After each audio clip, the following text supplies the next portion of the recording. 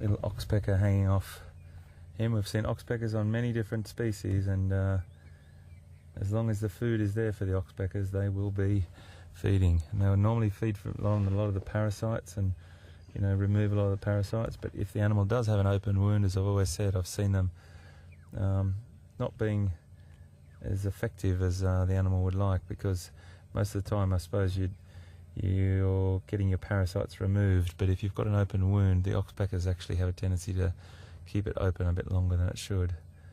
They're after the blood, and that's what they eat.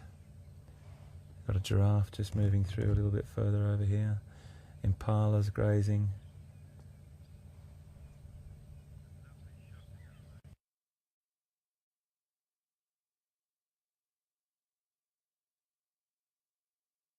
And there's a few other different ones as species as well, but they're the two that we're seeing most of here. And those beautiful, beautiful horns made, hey?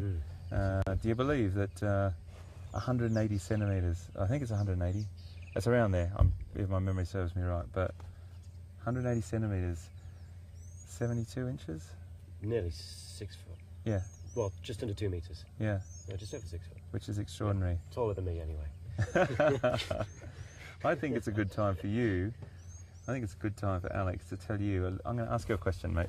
Okay. You tell me, what was the first instance, or the first your furthest memory back that sort of flicked the switch for loving wildlife and animals? To be fair, it's when I used to live in Canada, in Toronto. My mum used to take me to Toronto Zoo, and I just fell in love with all the wildlife there, especially the meerkats. I don't know what it was about them, just their personalities.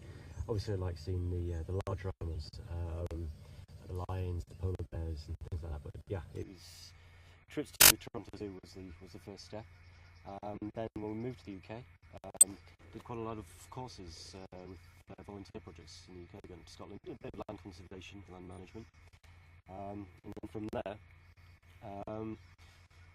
I suppose it was coming to Africa. First time about 6 years ago.